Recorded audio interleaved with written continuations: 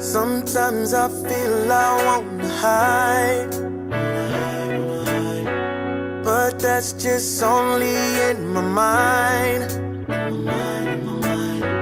This funky groove just keeps me high. It brings me alive.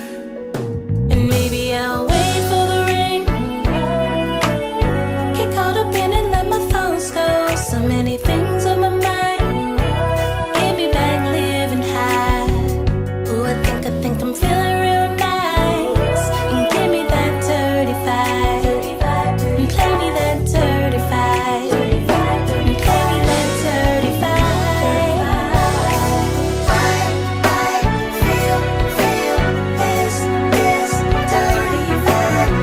Can you feel this 35? I feel this 35. Can you feel this 35? There's just so many ways to feel. Yeah, this is different, but it's made to heal. Just let this groove run through your mind. Let it get you high. It's more than a moment, giving me life, the feeling of euphoria. Colors are flickering bright, and I'm here, got me going, and I don't wanna leave, keeping me here, and play me that 35. Give me that 35. I feel this 35. Can you feel this 35? I feel this 35. Can you feel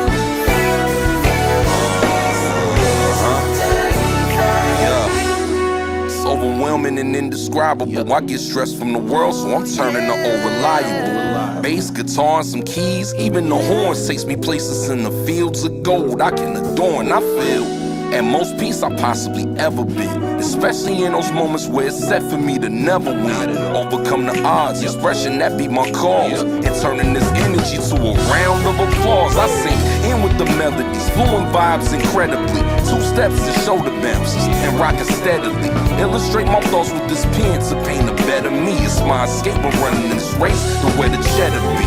Now my emotions exploring all on the canvas, so even when I'm old, I'm still a man on the canvas. Keeps me clean even when my thoughts is on the dirty side. That's why I'm baptized with blessings on this 35. It's on my mind, this 35. Let our thoughts just intertwine and fill up on this 35. It's in my head, it's on my mind, I'm feeling up this 35. Let our thoughts just intertwine and fill up on this 35. It's in my head, it's on my mind, I'm 35. This 35.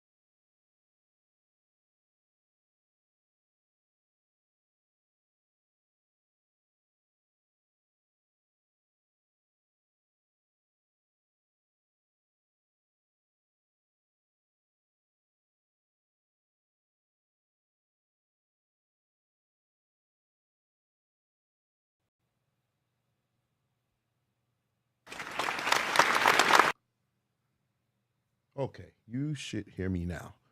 Let me see. Can you hear me now? Ones if you can hear me. Ones if you can hear me. I hate struggle streaming. Struggle streaming already. Type ones if you can hear me. This thing is crazy. OBS did some update, and I should not have. I see the one. I should not have updated.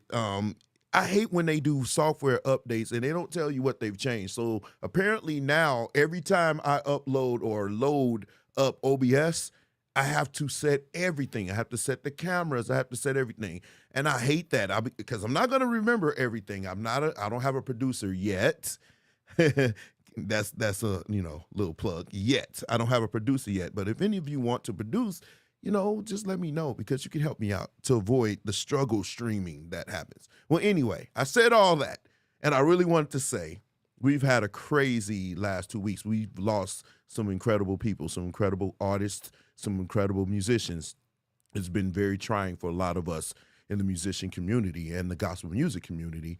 I don't need to name them. I'm sure you've seen them. And, my heart, my prayers, and my thoughts go out to the family of those we've lost. And, even though we're trying to move on with life, but I know it's very difficult for a lot of us. And so I'm going to do my best tonight to uplift some of your spirits. But we do have some very, very, very, very interesting topics, one of which I posted and the other was sent to me by somebody I care very, very deeply for. Thought it would be a great discussion, and it will be. Now, let me tell you this. If you are a man and you're easily, fidgety and mad and then this might not be the show for you because we're going to touch on some topics. But do me a favor, share, like, and share because this will be a very, very good discussion. And I don't want people to miss out on what we have to share tonight. And I'm sure you guys will help me through this thing. Okay, so let's get started. First of all, let's go to some sports. And last week we talked about Bronny James. We're not going to touch on it too much, but he had his pro debut, so to speak, in the Summer League. And I know people say the Summer League really doesn't count, but actually it really does. It gets coaches a chance to see what you are about, at least initially. Because a lot of these guys in Summer League, not all of them, but a lot of them, they're vying for a spot on the team. So you want to gauge and see if these guys really have a shot to make the team. So Summer League is important. But I noticed something when I saw the Summer League advertisement. I saw something that, kind of sparked my interest, and it was this. I don't know if you've seen this, but a lot of people say, oh, nobody's hyping him up. Nobody's hyping him up. When was the last time you saw somebody drafted this low in the draft and find themselves on the advertisement for the Summer League? Usually, it's the first picks or the lottery picks or somebody they are really, really hyping up. But if you notice on this flyer, you see something, don't you? And so when those of you who say we're hating, nobody's hating. But you will be blind, stupid, or retarded, or any things that these people would call you. I wouldn't call you that, of course. But other people would call you all of these things if you would not notice what we see here. It is a push behind it. It is somebody that is saying, hey, let's make money off of this. So you can't get mad for those of us who are basketball purists who say, hey, why are you getting all of this publicity? And you have guaranteed contracts. I think this is bad. I think this is bad only because you now have a target on your back, and I don't think he's ready for that smoke. Those of us who know basketball and been watching it for any period of time, we know that this guy is he's not basketball ready, and I just think this is incredibly unfair to him. But let's see what happens. But I just said that you do see the hype. You will never see anybody drafted this low posted all on the Summer League. You won't see it. You will see the top picks or some other superstars that they see. And it's funny to me, people are saying he's going to be a Hall of Famer. In what world? But anyway, I thought that was funny, but not as funny as this. This was sent to me, and I said, whoa, it's in essence favoritism based on who he is. Absolutely, Terrell. Absolutely. 100%. 100%. And I'm be glad when it's over. But here's the thing. My only thing with it is this. I don't want this to turn into something that could damage him. See, I'm thinking about Bronny long term. I'm thinking about how this damages him. Yeah, this is somebody else's legacy. It's somebody else's legacy. Let's not fool ourselves here. I'm worried about him. I'm worried about him being dumped and tossed aside when this whole thing is over, when it's no longer a story, nobody cares. I want to know what happens to him, and I'm worried about that. To be honest with you, I'm worried. I'm worried because he doesn't have the talent. He's not ready for the league. And we know what happens when you push somebody in the league too early. And it's funny to me, they say, well, he's a kid, y'all jumping on him, but you forget what y'all did to Kwame Brown. Y'all lit him up. Y'all remember him? Everybody lit him up. They didn't care how young he was. They told this man up, pause, but not really. They told him up. So let's keep that same energy. But I saw this. I thought this was funny. After a breakup, the man first day, he's happy, she's crying. After a week, he's sad and she's eating. And after a month, he's really, really depressed and she's carefree. Now, let's be honest, ladies and gentlemen. This is true. But I don't think it's necessarily a man and a woman thing. I think it happens on both sides. I think when women are toxic and they break up with a man or he leaves them, he finally decides he has enough. It very rarely happens. But when he decides he's had enough, he leaves and the opposite happens. I don't think that this is a gender thing. I don't think this is a woman versus man thing. I think this happens both sides. I've been on both. Well, I wouldn't say I've been on both sides. I've seen both sides of this fence. So when I was reading the comments on this, because that's the first place I'm going to go, they were like, yeah, they can't handle it. Nah, that's not true. That's not true. Because some of us, to be honest with you, some of us, we are the first one and we stay there. Some of us, we are happy when you're gone and we stay happy. And some ladies, you are happy when you leave, when it's over, when it's finally free. And I said something when I was discussing this to the person that sent it to me. I said, this may be true, but it's not a continuation. Because sometimes people are in love with this toxic behavior. They are in love with everything that was wrong with their relationship. They were in love with that. Because you take that thing away, then that person no longer exists. So you like, oh, he's toxic. But you take his toxic behavior away, then you really don't know this person because all you've ever known was him to be toxic or her. Only thing you've ever known her to be is toxic. So you take that part away and then you say, oh, wow. So sometimes you leave this person and you're happy you're gone. And your only way you're crying because you will have some memories. You may be sad about the memories that you lost, but overall, you're happy. You're more happy. So, this was a funny thing. This is a funny thing Willie said is interesting. I think it's very interesting. But not as interesting as this. You're so dumb. You are really dumb. For real. This segment of the show is always funny to me because you always see something that you look and you say, oh my God, that was doofus. But this one is a little bit not necessarily doofus or Dorcas doofus, but it's still funny and it made this part of the show. Sit back and relax and enjoy this segment. What's wrong? I just checked my voicemail. Wow, what's wrong? I got a message from my nephew teacher. What? My sister gonna kill me. They What's told me I up, bro? put my little nephew in special ed. Oh. I've been doing his homework, y'all.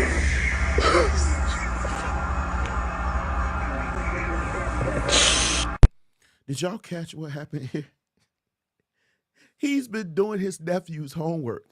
And they said they was going to keep him in special ed. You can't...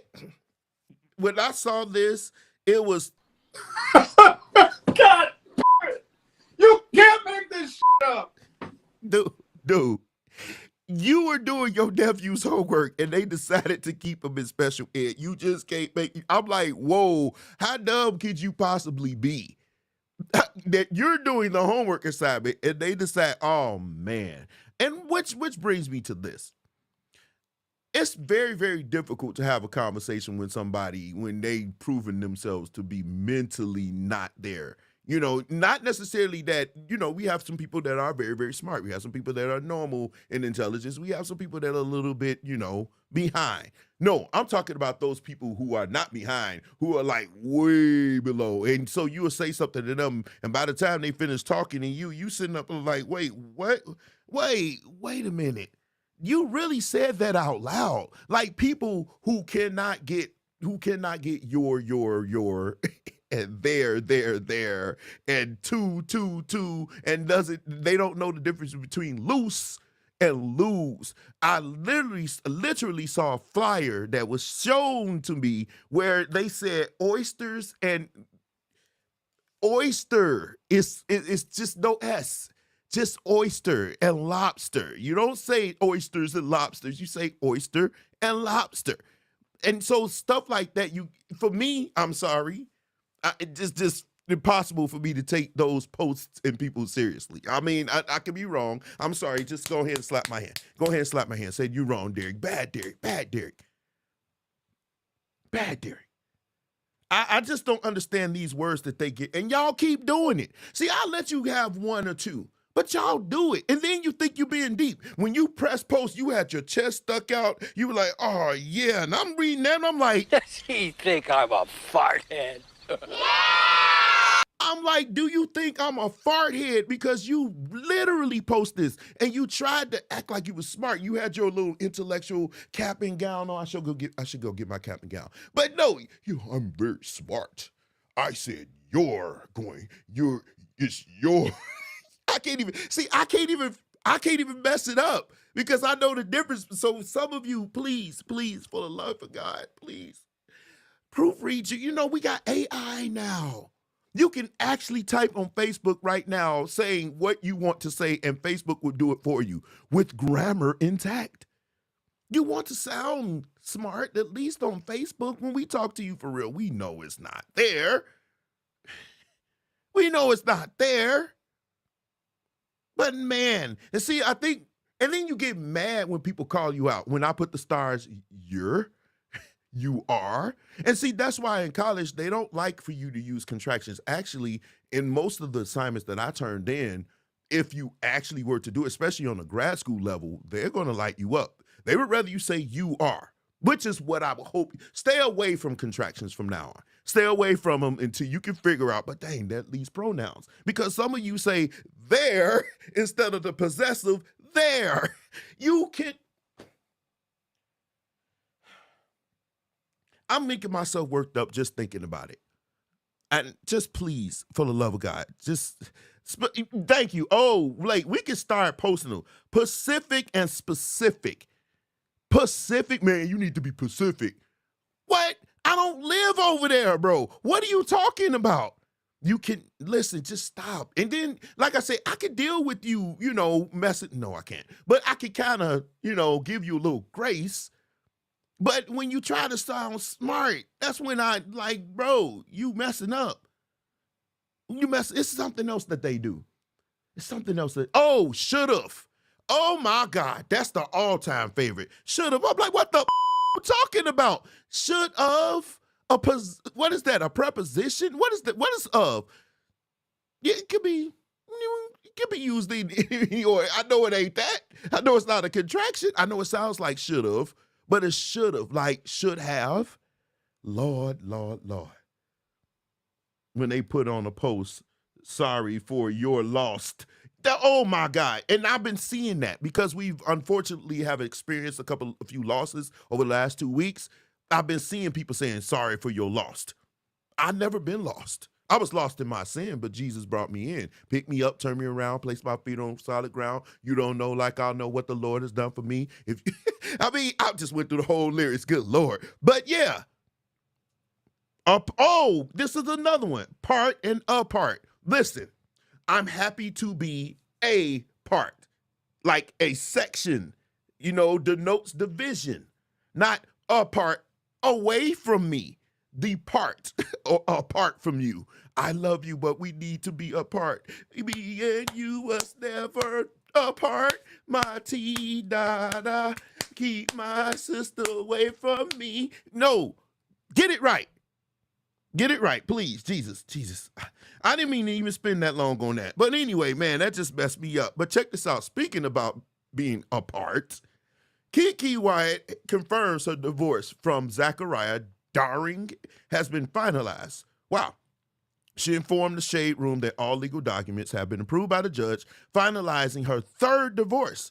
The singer-songwriter continued by saying, "I'm divorced. So happy to be free from that bondage and abuse." One of the things that I don't understand about some of you ladies, in particular Keke, the first marriage she was in ended in divorce. She said it was abuse. The second one ended in divorce. She said it was abuse. The third one ended in divorce, and she said it was abuse. At some point, and I'm just throwing this out here, we as the people you are talking to and you're sharing your intimate details of life with, we must ask the question. 1, 2, 3. Uno, dos, tres. It's 3. All of them were abuse, and you had 12 kids? I'm sorry. I mean, I'm not going to say I don't believe it, but I just really believe that there should be some proof here. Because I was talking to Netta about it, and I said, you can bring up, anybody could go in here and say, I was abused, and everybody would just believe. There was, remember, Risa Tisa, 53 parts of her whole shindig, and people were ready to believe her without even hearing from the man. With no proof, no evidence, just her words, right? And people were ready to believe him. You can ruin somebody's whole reputation. You can ruin them by saying they're abusive. For example, if I was in a relationship and the woman got on here and said, Derek abused me, people would believe that. Why? He's so unapproachable. He's so mean. He's so, and I'm going to get on that in a minute. He's so mean. He's so this, that, and the other. I've got to believe it without hearing my side of it. Because I would never hurt a woman. I mean, I chastise boys at the school all the time. Don't hit on girls. That's the last thing you could do. So far be it for me to be ever abusive. Now, to be fair, when you were young and mature, you may have been abusive, not physically, but you might have said some things to people that may have hurt them. That's abuse too. Mental, verbal, whatever. But I'm speaking specifically of physical abuse in this context. You can hurt somebody. You can hurt somebody's reputation. You can hurt their ability to get jobs or to, because if you're working where I work, I'm pretty sure, well, these pastors let anything go. But no offense, you will, because if you can play, you will let them do everything. Some of you have absolutely no problem hiring any musician as long as they can play. They can be abusive. They can be popping out kids everywhere. They can be the biggest drug users or abusers or sellers, and you still will hire them. So no, but you could potentially hurt your reputation as far as ministry, as far as being a preacher or whatever. And people just throw that out. People just throw that out because you can easily say abusive. So has anybody had a conversation with Zachariah and asked him in what ways did he abuse her? Because we haven't heard anything from him. It's not to say he didn't do it. My point is simple. If there's abuse, it needs to get to a point where you can't just say he was abusive. You need to be able to prove it. You need to be able to put it out here and say, this is how he was abusive. And if you can't do that, then you shouldn't say it. It's really that simple. And it does make you think. And I'm a thinker. I'm a thinker because when she posts this stuff, I'm like, dude, no. I don't believe it. I don't believe it. I mean, I believe it to a degree. Let me say, I believe it to a degree because there are a lot of women out here who are being abused. There are a lot of men who are out here being abused. But men, unfortunately, when we are abused, it's hardly ever believed. We need to go through the steps. Or we have to deal with, well, what did you do to put her this way? I swear, I just saw a video today where a woman was putting her hands on a man, swinging on him like she just left the penitentiary. She was swinging for the fence. And in the comment section, they were saying, well, what did he do to push her to that point? Are you freaking kidding me? But if the roles were reversed, we are required to have the most inhuman patience. That's what I'm saying. So this woman can say he abused her. This is the third one. If I'm a man and I'm in the position to date her, I'm running. It's like run, Forrest, run. Seriously, I'm not dating her. And then you be smart not to do so too, fellas. For real. If she goes back to her first husband, we can call her the LeBron. Oh my God.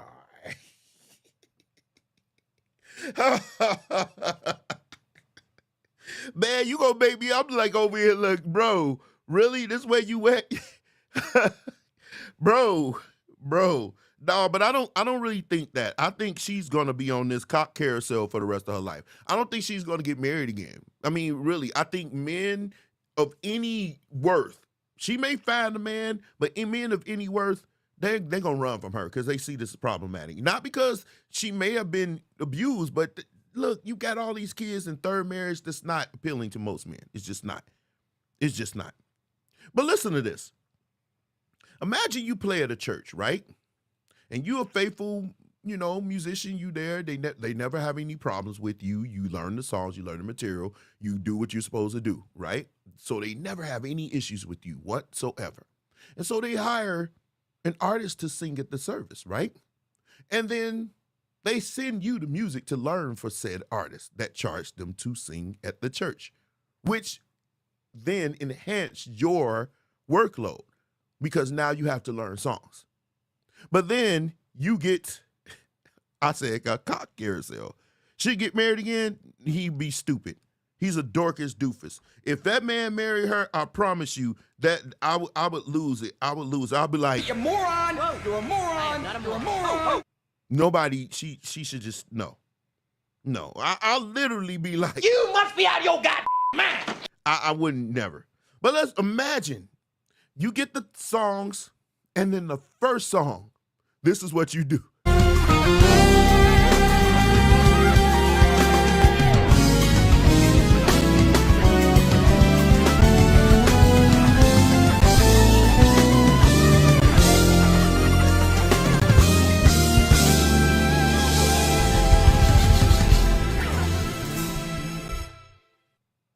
So imagine,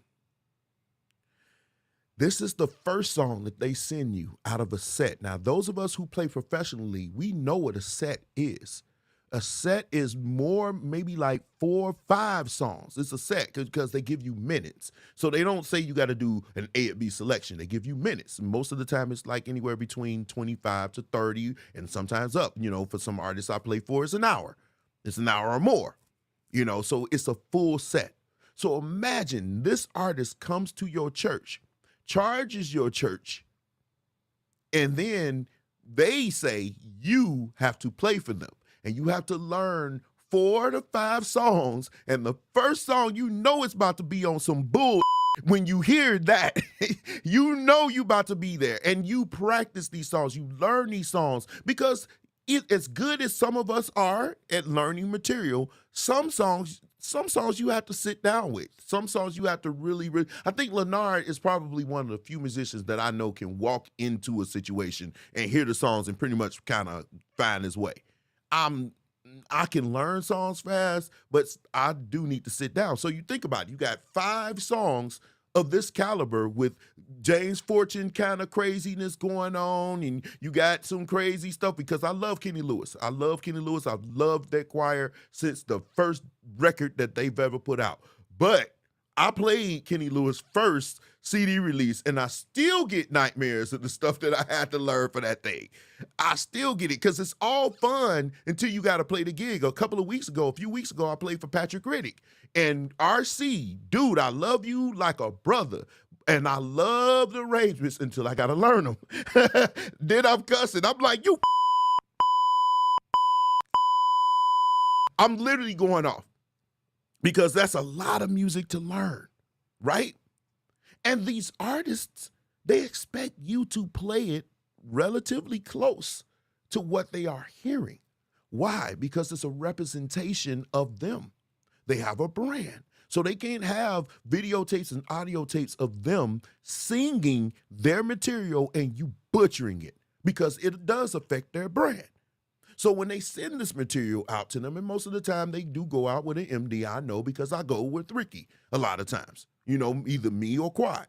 We go out, So they want a representation of their brand. They're not going to sit up here and let you just destroy their stuff.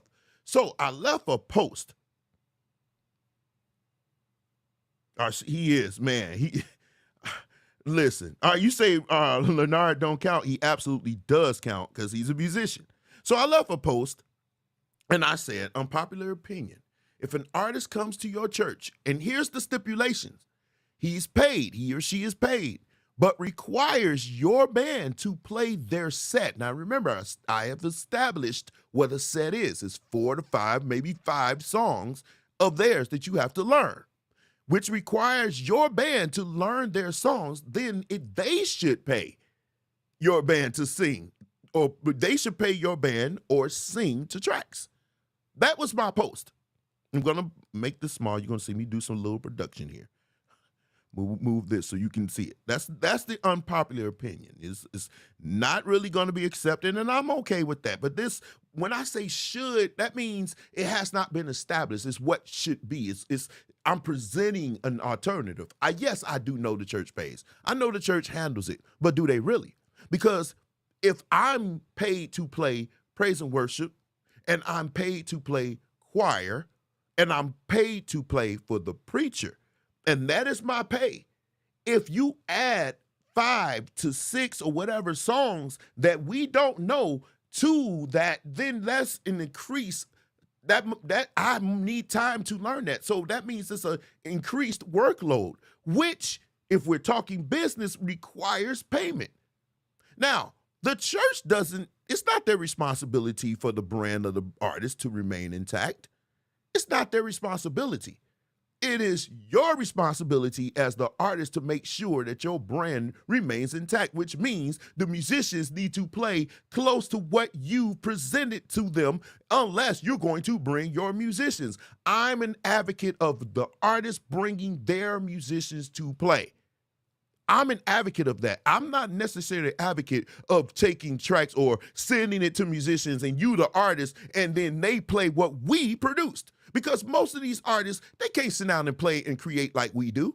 We've done that. We've done the work, which is another reason why I say we need to charge our price musicians. Charge your real price, because you do all this work, you do the arrangements, you do all of that, and then they take the tracks and then they send it to somebody else to reproduce what you did, and you're not being paid. So you made $500, and then they get to make money, and they send the tracks out to other musicians to play, and they make more money off of what you created. That doesn't make sense to me. That doesn't make sense to me. So in frustration of that, I'm like, okay, the artist should pay. I know what it is. I know what the reality is. But I think that the artist should be responsible for their own brand. So if we hire you and we negotiate a price, leave the church band out of it unless the artist is agreeing to pay them out of said cut. And then the artist should charge their regular rate. That's fine. Stop making deals at the expense of the musicians, because we have to learn this stuff. That is not fair to us, because most times we're not going to be paid extra for learning the artist materials. Most times, if I was to bring 10 musicians on here, 10 musicians, I guarantee you 7 to 8 of those musicians are not getting an increase in pay because they played for said artists. And let me kill this misnomer right now. A lot of you feel because you played for said artists, they're going to remember you. They're not. They're going to move like locusts to the very next place and hire those musicians and do the same thing. They don't remember you. I've been in this a long time, and I played for some of these artists that have had this situation where they hired a house band. House band. That means you being pimped. You might as well go on the stroll. You going down to Pound Town. House band is another word for prostitutes on payroll. Really, because you plan for all these artists who are making money and you charging them nickels, because house bands usually don't get paid what the real band would get paid. So you being pimped. At least get what the real band would get, then we could probably talk, because you're learning their material. You're learning their material. It's not like it's not like they coming in singing, how great is our God, sing with me, how great. They're not doing that. They coming in with songs like I did. They coming in with songs like that, crazy stuff.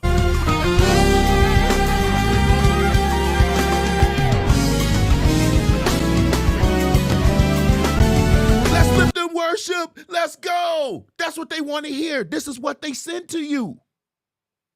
There is no way. You literally cannot listen to this, what I just played, and on the way to church, pull up and say, okay, I got this. This requires you to sit down. This is one of those songs that would require you to sit down, because even if the chord progressions make sense probably to the one alien that I know named Leonard Razor, even though it makes sense to him, it's still a rhythmic thing. It's still rhythms that are changing. The timing is changing. So you still got to sit down and kind of figure out where this one is and where does it connect and how does it go to the next song. It's not that easy. It's a workload increase, which means we should be paid, but not by the church. The artist has the responsibility. Make them pay.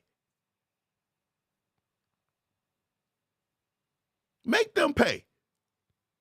And I know you say that's a tour. Man, listen, I just learned songs this past weekend. And one of those songs had an intro just like that. Go listen to, and listen, and no knock. I enjoyed playing for him, even though we didn't do the song, but I enjoyed playing for him. It's Powerhouse, Chicago. I forgot his name. Who was there last night? What's his name? Nada, what's his name? What was his name? Text it to me. I need to know his name. I need to know the name. What was his name that was at Powerhouse last night? Man, I can't remember. This is going to drive me crazy. What was that man's name? But anyway, he redid this song called Lord You're Awesome, right? And that intro it's not hard, it's not difficult, but it does require you can't just sit there and just say, oh, I got it.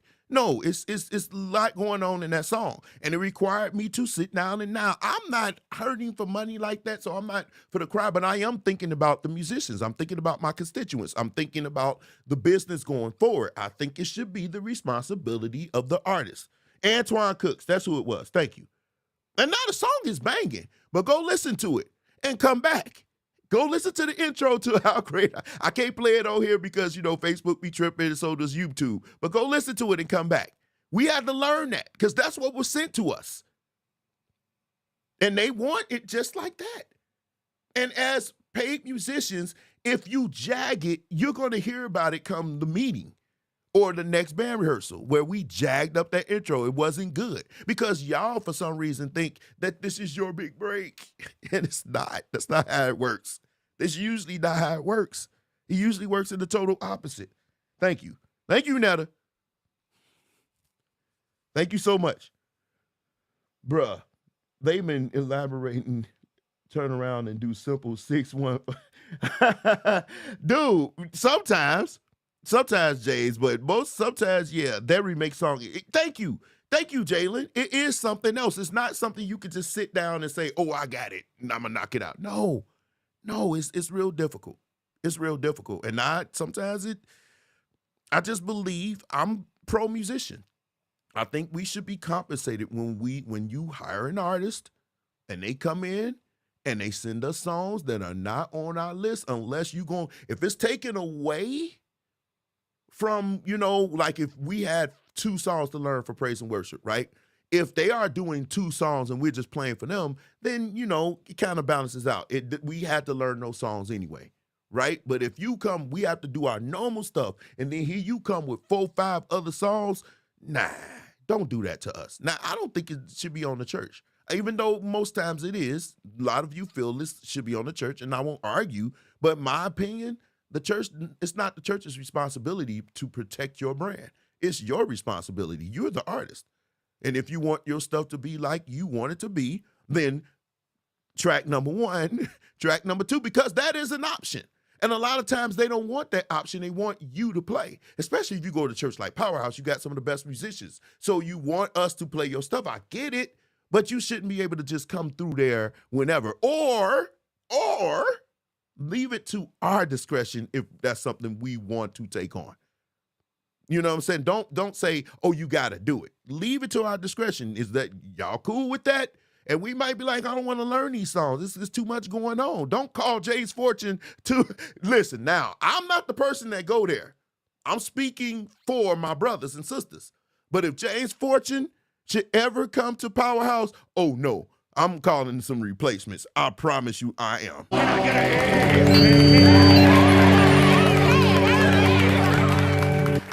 Oh yeah, let me touch on something real fast. It's been said, and I want to tackle this right now. My father raised me to be a man that's a man. I'm happy most of the time. You know, when I come in church, you may think I'm mad. No, I'm analyzing, I'm looking, I'm chilling, I'm enjoying the space. Some of us as men, we can be very, very weak because you will see a man that you don't know how to read and you automatically call them unapproachable. It's not my job for you to read me. I deal with lawyers, doctors, engineers. I know a few millionaires out here, and ain't none of them ever had a problem coming talking to me. Why? Because they are all alphas. Men like that, they don't care. They gonna come talk to you, especially if they feel like you valuable. They don't go by that. They read you once they have a conversation with you. Because most men, if you ever dealt with a man of a certain stature, they don't seem like they are approachable, but most of them are. The men that I know that are on a level beyond music, they all carry themselves in a way that may be very intimidating. But as men, we should never be intimidated to have conversation with other men because it makes you look weak. And men are not weak. We cannot afford to be weak as black men. Be strong and have a conversation with a man, even if he intimidates you. And then you got to ask yourself, why does he intimidate you? He's never put hands on you. You've never heard stories about him doing anything like that to you. So why are you intimidated by somebody by saying they're unapproachable? I do not like that label on me, especially people who know me personally, who've had the balls, I guess, to come and have a conversation with me. But some of you carry it like that. Don't do that. You can have a conversation with men. Never be scared to have conversation with men, no matter what you think.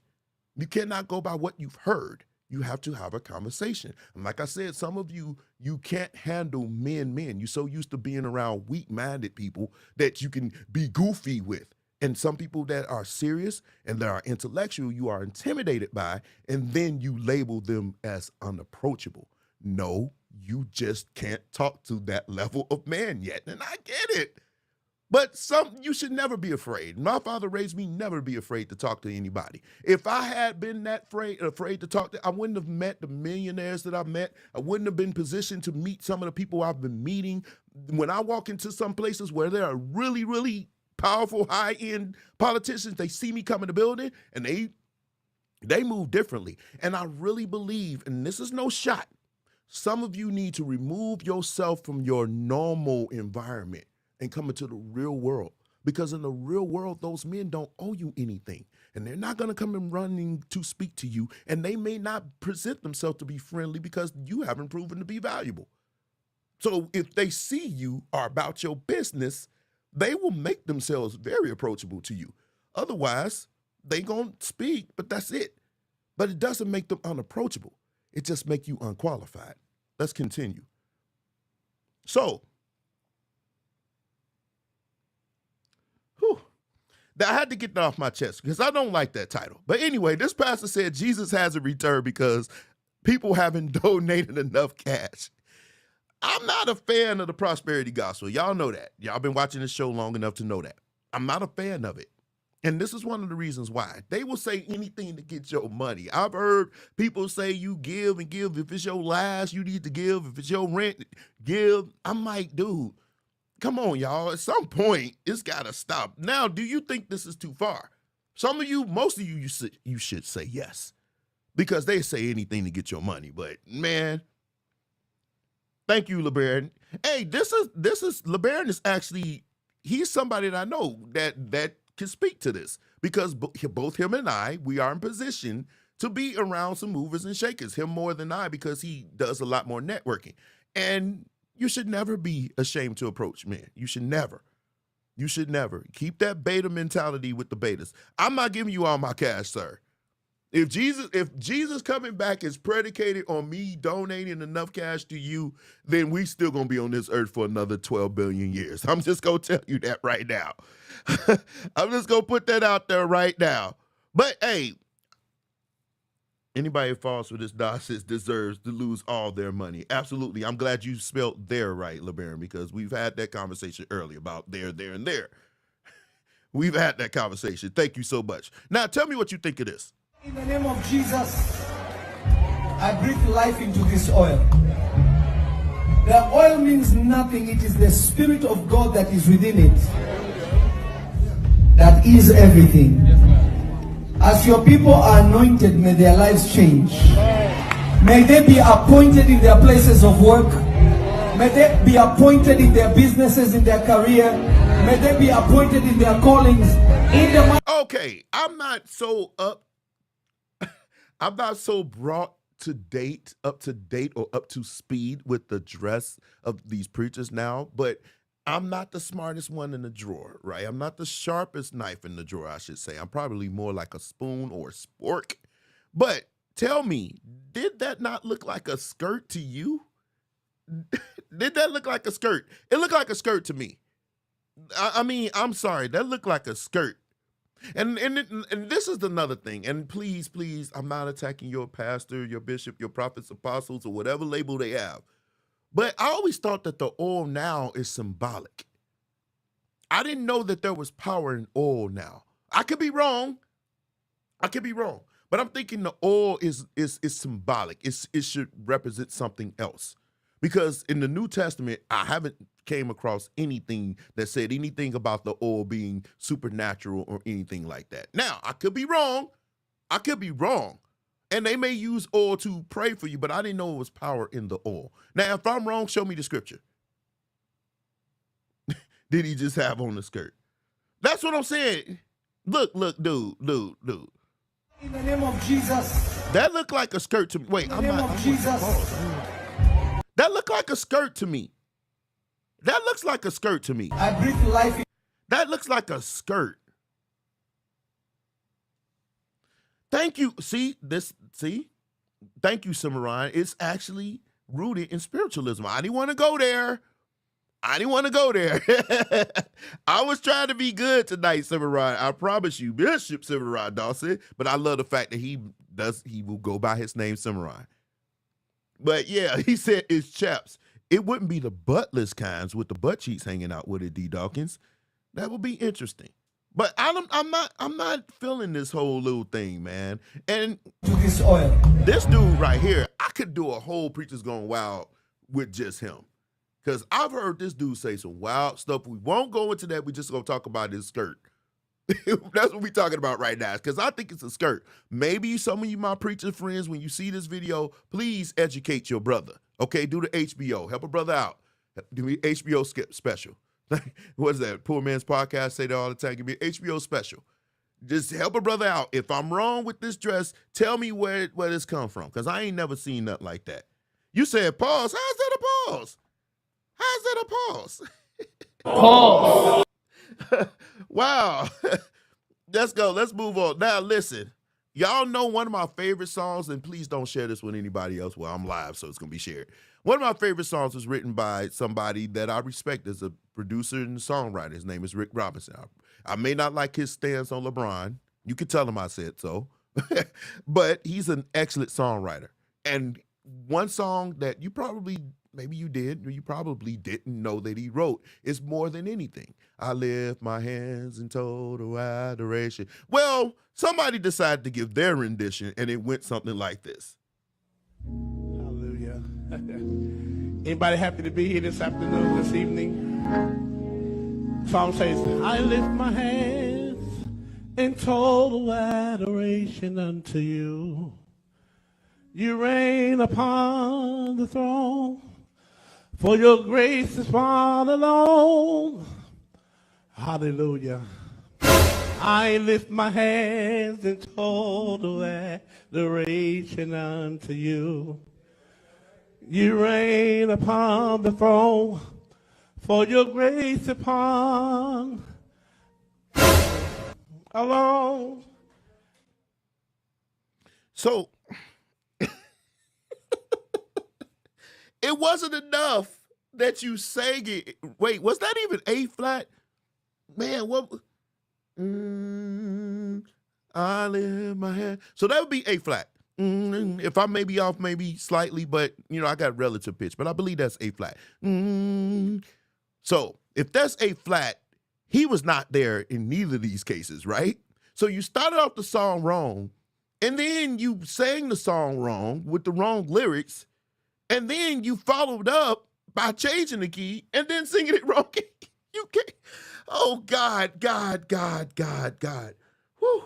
I wish the Spirit would move and give these people the lyrics to the songs. I would have been okay him singing in the wrong key because maybe A flat is a little bit too high for him. But just sing the lyrics right.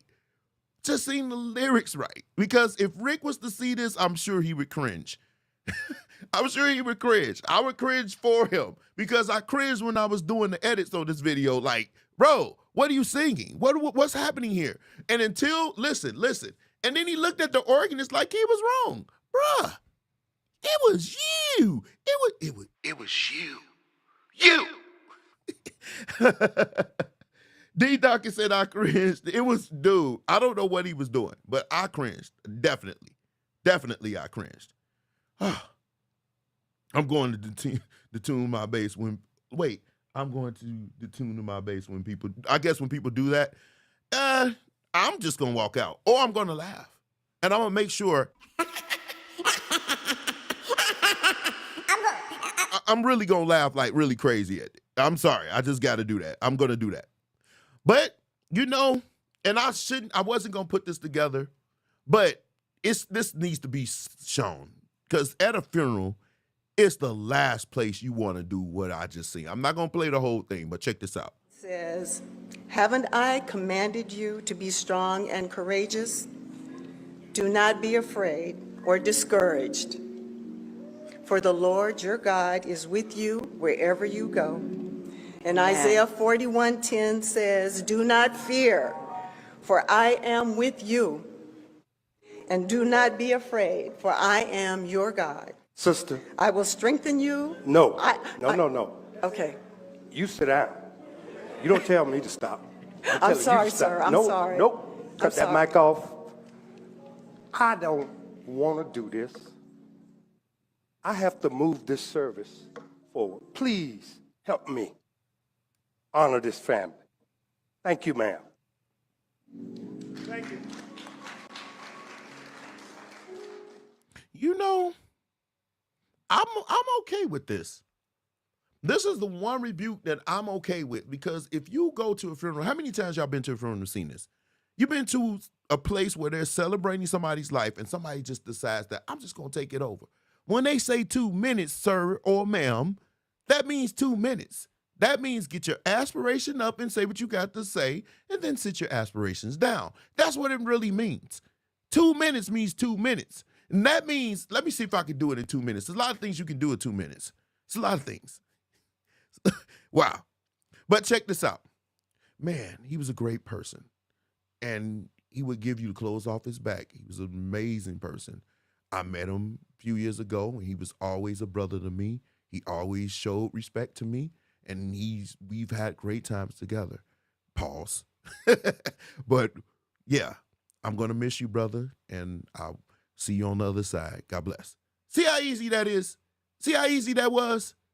But y'all get up there if you have your Bibles. Now, I did do that at Mike's funeral, but we were asked to give words, and I'm sure they were happy with what I was able to say, you know. But if China or anybody said 2 minutes, I would have kept it just that same.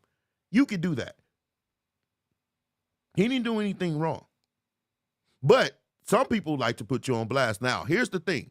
Tell me if this was wrong. That's all right, Argan. That's all right. That's all right. That's all right. That's all right. We just opening up, and you know the enemy gonna do everything he can, but God is in the room. God has been in this meeting from beginning until now. He'll be in it until the end.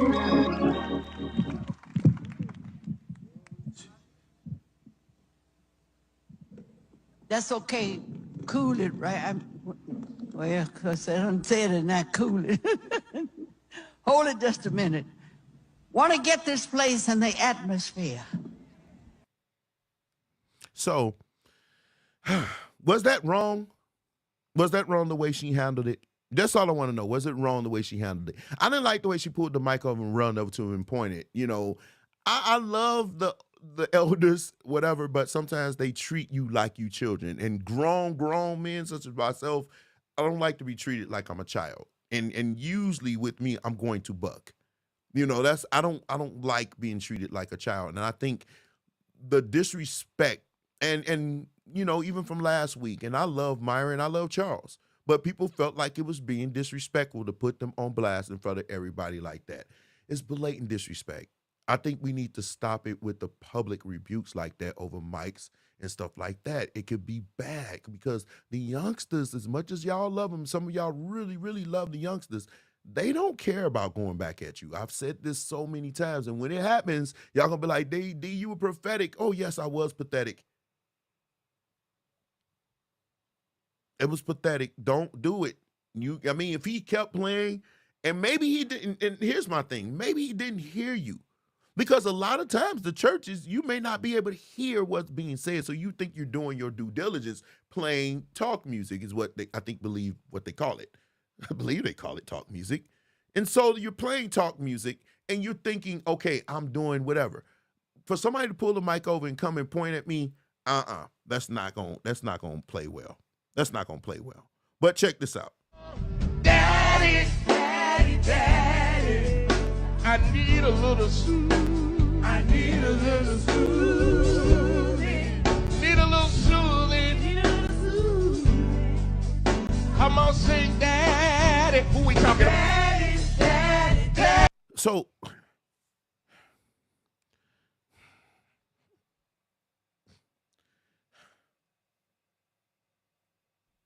Pause.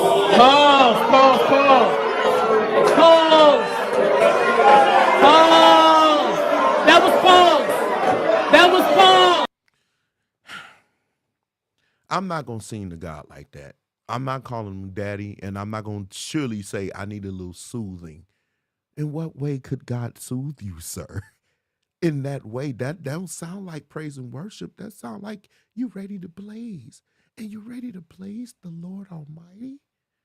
Help me. See, this is why a lot of us need to get married. Because you singing these kinds of songs to a celestial being. What are we doing in church these days? What's happening? Yeah, the harmony was up. No, I did not write that, Samurai. He said, I need a little soothing. Lord, pause. Daddy, I need a little soothing. I need a little soothing. Need a little soothing. Come on, sing, Daddy. Who we talking about? Daddy. That daddy's in 3-part harmony. I need a little soothing. Need a little soothing. Come on, say it one more time. We talking about God. Daddy. I need a little soothing. I need a little soothing. Need a little soothing. Need a little soothing. Daddy. Super duper duper. Nigga, please. I don't need that kind of soothing. I'm sorry. I don't need that kind of soothing. I don't need that kind of soothing. I don't. I wish we would stop with saying intimate. God, let's get intimate with him. Let's make love to him. Let's kiss him. I don't want to do none of that. How many times I got to tell you, if this was happening in my church, I definitely would be getting up out of there. I would be like, I need to leave because, yeah, I don't want to hear the verses, Samurai. No, we don't need to hear the verses. I can do, what are you going to say? Grab my booty and rub it all over the Bible. I need a special grabbing that only you can make happen. I need a little soothing, supernatural soothing and the rubbing and the rub. No, we're not doing it. We're not doing that. We're not doing it. No, there's just way too much going on in that. We're just not doing it. That's just foolishness, foolishness, foolishness. But now, I'm going to end in like, give me 15 minutes. It was a post that was sent to me, and wow, when I went to the post, it was crazy, nasty work. I saw somebody say that, nasty work. And I would say this, fellas, and this is to the fellas. I need you to help me out here because we're gonna go through these things. But somebody left a post and it said he hates you. This is how you can tell a thread. Now, when she said he or she, Lawson, looks like Nicole Lawson, looked like she went backwards. Well, Lawson D. Nicole. He hates you. I wouldn't say hate, that's a strong word, but you could tell he's definitely not loving you like that, right? And we're gonna read some of these things. Remember I did the musicians, how to date a musician? This is something like that. So we're gonna quickly go through them. And so, wow. And I feel ashamed because some of this stuff in my more toxic years, like late teens to early 20s, middle 20s, I was like this.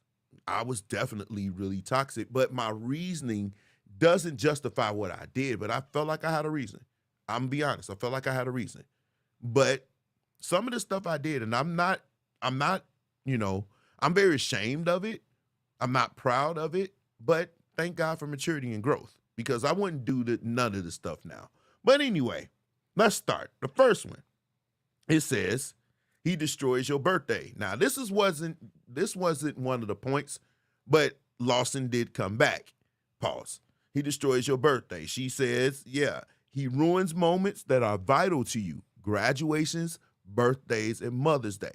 So what does this mean? That means when those days come up, he has a reason to cause an argument, to cause confusion, to bring your spirits down, to make you feel like that day is not important, especially your birthday, graduations. Oh, no, they really go in. Toxic men will go in on those special days. Why? Because you are, and you will always be, the competition. They cannot stand for you to do anything that, number one, is greater than them or any way position yourself to be at a better or higher level because a lot of men know that some of you are hypergamous. Well, most of you are hypergamous, which means you're going to want a man on that level or higher. So if a man is low and he sees you at a graduation, he's automatically going to say, oh, she's higher. So he's going to make that day hell for you because he cannot stand it. And one of the ways they make that day hell for you is because he's going to give gifts to you that you didn't ask for or that you would not want. On your graduation, he gets you a card that says, yeah, you did all right. I could do better. Anything you do, I can do better. Can you imagine getting that for your graduation as a card? Anything you do, I can do better. Or you specifically ask for, oh, I would like some perfume, some of this perfume. And then he shows up with bath towels. You know, like, this is not what I wanted. Now, a lot of ladies will be appreciative. Some, well, the younger ones won't. But they would be like, you know what? Okay, you got me something. But she really wanted perfume, especially birthday, Christmas. If that's she's the mother of your child, Mother's Day. You know, something like that, graduations, go do something good for her. And she may ask you for Christmas, you know, I really, really was liking that bracelet right there. And then you show up with a video game. That you say, well, we can play it together, but she doesn't play Resident Evil. So why would you buy Resident Evil, sir? Why? I'm really feeling for women that can't get those guys. Let those guys go. Okay, also they let them go and be on the defense with the non-toxic guys. Yeah. Oh yeah, the non-toxic guys or the guys that usually follow, we usually get all of that. We get that. And it's unfortunate, but it's reality. You're going to get some of it. That's what they call baggage. That's what they call baggage. And it's unavoidable to a certain degree. Let's move on. Bad gifts. Okay. Listen to this one. Now, I've seen this. He refuses to make decisions or actual plans. No, you're not nagging when you keep repeating yourself for asking, oh God, that's just a typo. We're not going to go at her for that.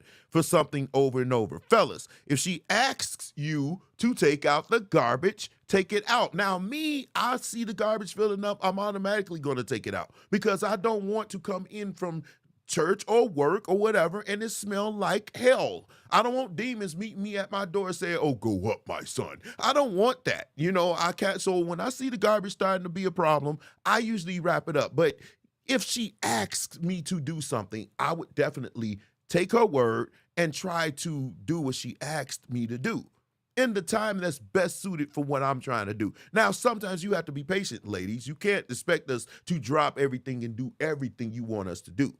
But I'm specifically talking about some things that he could have actually done then, and he decided not to do it. Yeah, you don't do that. You really should listen to her. You should really listen to her words. Women, they will talk to you. You need to be able to listen because if you do not, it will turn into nagging to you because she's repeated it too many times. So if it's in your, do it when it's fresh on your mind. Now, ladies, give the man some grace. He may forget. He got a lot of things on his mind. But after a million times, fellas, let's come through. But she did say he refuses to make decisions. Sometimes they require you to make decisions or make plans. Especially the more submissive ones, they want you to lead. But that's the problem. You don't know how to lead because you haven't been taught. Because some of you scared to approach other men. He's unapproachable. No, you're weak. The women can see you're weak because you can't make decisions. You don't make plans. You don't do anything. You put everything on her. But then you follow up when she makes the plans for you that you should have made. Now you go at her for either making the plans or you say they're not good enough. Then how about you make them then, sir? Why don't you make the plans? Why don't you lead? You always want a woman. I want a woman that's submissive. Submissive do what? I don't know. What? No, lead, sir. Make decisions, make plans. Show her that you can do that. Show her that you can make initiatives. That's what they look for. That's what they look for, unless you got a man to be at home. And if you got a man to be at home, you know, I don't know what to tell you because, you know, I don't know what to tell you.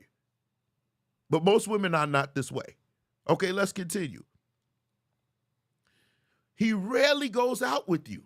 And if he does take you out, he finds a way to make sure you know how much money he spent, which means he doesn't think you're worth, ooh, that apostrophe, I'll let it go. You're worth this, and he resents he had to do it to keep the door open with you.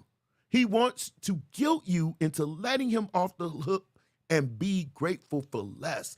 This one resonated crazy because, fellas, some of us, we don't like to take them out. We never take them anywhere. We don't want to go anywhere. Now, I know some of our work schedules are crazy, you know, but there's always the weekend. There's always little moments. It's little moments. Walking the dog together, going to the beach, going for little walks, going whatever. It doesn't necessarily require you to spend money. Now, if you got a woman that every time you go out that she requires you to spend money, then you probably need to find somebody else. That's me being honest. Because most women like the little things. They like the little time to spend with you where you guys can talk and just be romantic. You know, you can be romantic, have good talks, walk, hold hands, hug, caress, those things. You can do that. But if you the kind of person you always got to bring up money, and I've seen this, well, I spent such and such and such on you, but you ate too, Negro.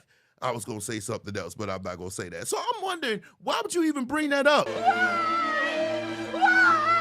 Why bring that up? Why bring up the money you spent? I don't think money should be the thing that you bring up. You want to take her to a good restaurant every now and then. But you might get lucky and get a woman be like, I don't care where you go. I just want to be with you. Oh, woo, but you don't take her to McDonald's unless, of course, that's what she wants. But you don't take that one to McDonald's. We got a lot of growing up to do, fellas. And this list kind of exposed a lot of the stuff that we've done. Not us per se, but some of these men are like this because if they weren't, posts like this would not exist. Amen. Amen. Let's continue. If he's out in public with you, he walks ahead of you. The further ahead he walks, the more embarrassed he is to be seen with you. I have seen this, and this is not good. I've literally seen men walk with another woman down the street while they woman trailed them and walked by herself. Me, even a woman that's not mine, I don't want you to walk. I'll walk with you to your car. Did a service recently, and it was packed at Powerhouse, right? And women were walking down the street by themselves, and one of which y'all kind of roasted because she said something about musicians, but her name is Karen. She's a great person. And I walked her, made sure she was still a car, just stood there, at least watched her. Y'all won't even do that to your own woman. I literally seen some of you don't open doors for her. You just let her fellas. Wow. So this does have some merit. This has some merit. So got to do better with that. Let me know if this has helped you. This is crazy. Check this out. This is one that messed me up because you shouldn't do this. It said he shows relief when you fail at something. He shows relief when you fail. So if you do something that's wrong, or you do, say for instance, you have a business venture and it doesn't work out, he's happy. He's very relieved that you failed at something. This is somebody that you are in a relationship with that does this. And I'm looking at this and I'm like, man, this is really happening. And some people I wish could come on could tell you about this happening.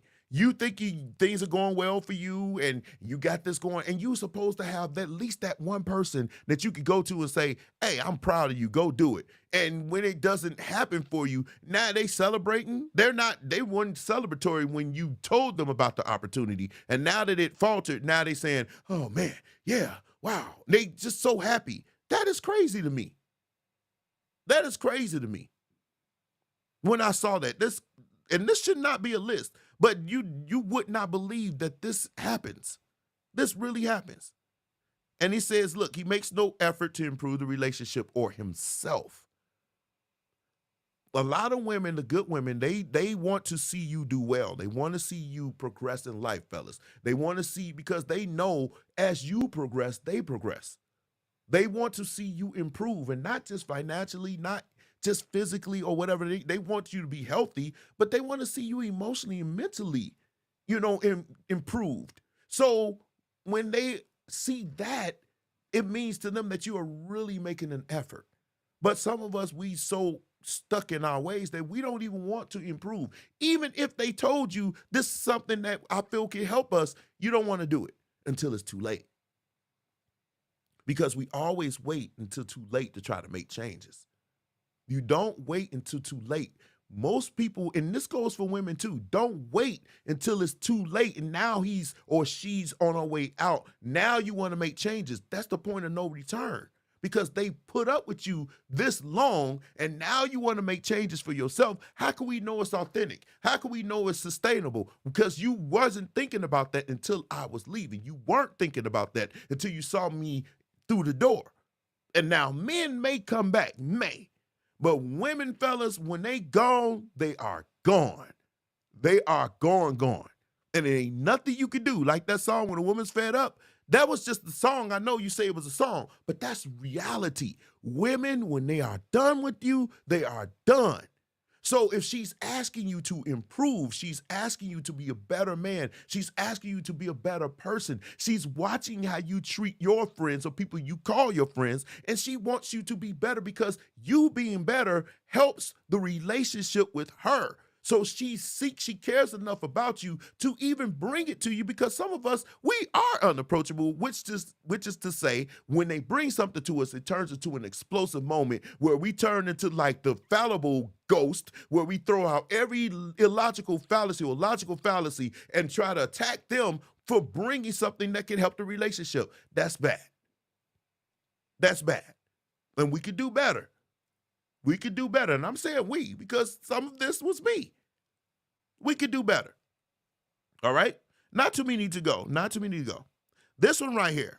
Have you ever, ladies, heard somebody say something really, really toxic, and they was like, I'm joking, I'm kidding, I'm just messing with you? That's what this is. They're really not. They're really not joking. They mean every word of it. I think of some of the jokes that I used when I was in my toxic years, and it was, In my mind, if I could be honest, I was very serious. But I was following up. I'm just messing around. Now, I'm not that person now. This was when I was in my late teens, early 20s. Let me keep reiterating before y'all get started. Oh, you toxic now? No, I'm not. Because this behavior, looking back at the way I used to be, yeah, I wouldn't like me then. Even like I said I had a reason, and at the time I thought it was a good reason. But it was immaturity, and I should have found better ways to deal with that pain that I was feeling, that I felt like I needed to unleash on everybody. And she didn't deserve it, but she got every bit of it, and it was wrong. I admit that. And there was a lot of this. That's why I'm really kind of trying to stress this, so we could be better as men, make ourselves better for the women we want to date and marry. That's the only reason why I'm sharing it. Okay? And it follows up with this. It says, if he wanted to, he would. But he doesn't, and he won't. And you could throw anything at this. If he wanted to be faithful to you, he would, but he doesn't want to be, so he won't. If he wanted to be a better person for you, he would, but he doesn't, so he won't. You know what I'm saying? If he wanted to marry you, he would, but he doesn't, and he won't.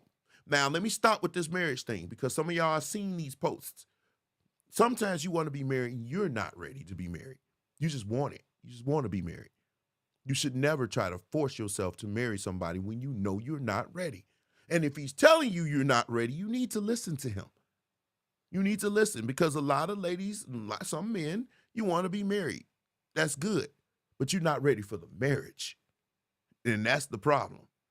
So if you're not ready for the marriage, then don't try to push them down the aisle. Don't try to push her down the aisle. It should be a mutual thing where you guys talk about it and you both feel that you are ready to take this on. Now, some of you don't understand marriage. It's funny, we come, and I'm a church boy, right?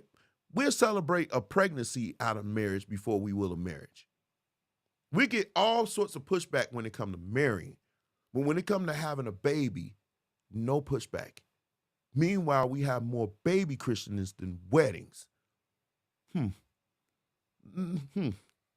That's a tough one. This is another one that could probably trigger some people, and it has to certain people I care about. He accepts the same advice and suggestions from anyone other than you. And it's even worse when it's another woman. Imagine your man, and ladies, that you're trying to tell him, give him advice, something like, maybe you should do this, maybe you should do that. And he just blow you off, yeah, like whatever. But then some other chick that kind of liking him come and say the same thing. He come and tell you, Miranda said that I should do this. And you're like, I just told you that. Fellas, it does hurt her to do this. It does hurt her, because a woman with her man wants to feel like her voice matters. And if you throw her advice away and you listen to anyone else give you the same advice, and you kind of just toss her away, that hurts her. And it damages the relationship, because a woman that feels like her voice is not heard, she's going to eventually shut down. And when a woman shuts down, that's not good, because they are deemed to be the more emotional between the two of us. And when she begins to shut down, that could be bad for you. Now, there are ways to fix this. Listen to her, give her advice. And if it's something that you think you can use, you tell her that's a good idea. And watch how your relationship will blossom. She will feel like her voice matters. Her opinions matter. Okay? So that was a good one. Wow. This is another one. You stayed up late crying about something that really hurt you. He slept like a baby. I don't even need to delve into that one, because that's crazy. Like, you literally hear her crying and you just gone. It's one thing you work midnights and she crying in the morning, but me, the kind of person I've become, I would still be up with you. I wouldn't want to sleep knowing she's in pain. I wouldn't want to sleep knowing she's in pain. This is somebody that's with me. Okay, I wouldn't want to sleep like that. If she's right there and she crying, you sleeping, that ain't good. Here's the last one. This is the last one. He hurts, damages, or neglects things that are important to you. So say, for instance, you got a pet dog and he just treats it like trash, kicks it, not feeds it. You know, I've learned that women actually like when you like their pets or their plants and stuff. When you show interest in things that matter to them. That matters to them. That resonates well with them. So the dude that doesn't care for you, doesn't love you like that, he's gonna make sure those things suffer. The dog won't eat, won't play with it, kick it, plants die, you know, the collection of stuff, like they give you something that they thought that you would like. Imagine you buy a card, right? And I buy a card and I use it to fly airplanes. What up, Russell? I use it to fly airplanes. I make airplanes out of it, or I take it to school and we make snowflakes out of it. That would be bad. So I can understand that. I can understand that. And even your kids, things that are important. Now, you shouldn't be hurting their kids. You shouldn't be putting your hands on somebody else's kids that's not yours. Unless, of course, when I say putting your hands, I mean like punching. I'm not talking about like, you know, disciplining. You know, that's between you and them to talk about. That's between you and them to talk about, right? So I felt like this was a very interesting list, and I wanted to go through it because a lot of stuff in there, I wouldn't say a lot, but some of the things in it, that was me. It was me, and I hurt people doing that, and I may have damaged them for the next people. I truly believe with everything in me that someone has indeed bought you a card and you either made a snowflake or airplane out of it. Don't put my business out here, Russell. Don't put my business out here. I probably have when I was like your age. I probably did, which was a long time ago. But I was real toxic when I was in my early 20s or my late teens. I was real toxic. And I can tell you why right now. Because the hurt and the pain that I felt growing up early, I didn't think it mattered because I felt like nobody cared about my feelings, so why should I care about yours? So I became very self-serving. And I remember one particular time, and I'm being transparent, I was working a job with somebody I was with, and she was doing better than me at this job. It was a telemarketing job, really shouldn't even matter. But she was doing better. She had a good whatever. She was very good at it. She could sell. And she was making these sales, and at that job, if you made X amount of sales, you could go home. So she was going home early, and I had to stay there all 8 hours. And so I got mad, and I was treating her horrible because she did well at this job. This was me. I did this to this woman because she did better than me. And you should never be in that type of competition with somebody that should be helping you in life. Why are you in competition with somebody that can potentially help elevate you in life? For example, if she has a degree and you don't, and she's doing things and she wants to marry you, don't you think that y'all together could do some great things? Like, I don't know, get a bigger house? Like, I don't know, live better because both of your incomes together could do some things? I mean, why would you be in competition? But that was me. I was in competition with her because I did not want her to do well. I've known men that have been in competition with their women where when the women decided that they want to go to school and do better, that man said, no, you can't go to school. You gotta take care of the kids. Even though the kids were able to take care of themselves, they were older, but they told them that. They had physically had to ask them permission to go to school. And I remember one movie, it was called The Burning Bed, where he burned her books. He did not want her to go to school. He literally, it's real old movie, but it's called The Burning Bed. And he literally, physically went at this woman because she wanted to go to school. Men like that do exist. I was never physically abusive. I wasn't, but the verbal, it was a cutoff, but it was kind of there. But the mental abuse, oh yeah, I was there because I didn't care. You know, I didn't show, like I would walk in front of you and not walk with you. That was me. I would not listen to you and take advice from other people. That was me. You know, in my most toxic years, that was me. Man, if I went down and stuff, celebrating your fails, that was me. Makes no effort, that was me. Bad, well, no, I was big on gifts. Ruins moments, yeah, that was me. Hates your birthday, oh, absolutely. Makes no plans, doesn't go out, oh, absolutely. That was his jokes. Oh, yep. Man, most of the stuff I did when I was like in my late teens. Oh, God, yes, that was me. That was me. Did I hate her? I didn't hate her. I just didn't love her. That was it. So I don't think that this says he hates you. He just doesn't love you. And that's crazy. So I think how do we avoid this situation? I think we can do a better job vetting. Because most of the times these people I know I showed all this early. And so I know you want to have infatuation with these men and these women, but you got to take your time. You got to look at them. When I say take your time, I don't mean physical time. Sometimes you can see it early. You can see if somebody you want to spend the rest of your life with or somebody you need to run the falcon from early. Do not ignore the red flags. They usually show themselves very early. Sometimes we be so enamored with love in the hearts and our eyes, we don't see it. But, oh, yeah, it's there. That's how you avoid it. So even though a lot of this stuff happens, it could be avoided if you just pay attention to the signs. If they're lying to all their friends, they're most likely going to lie to you. If they lie to their job, they're going to lie to you. If they abusive to everybody else, eventually it's going to be you. It's going to be you.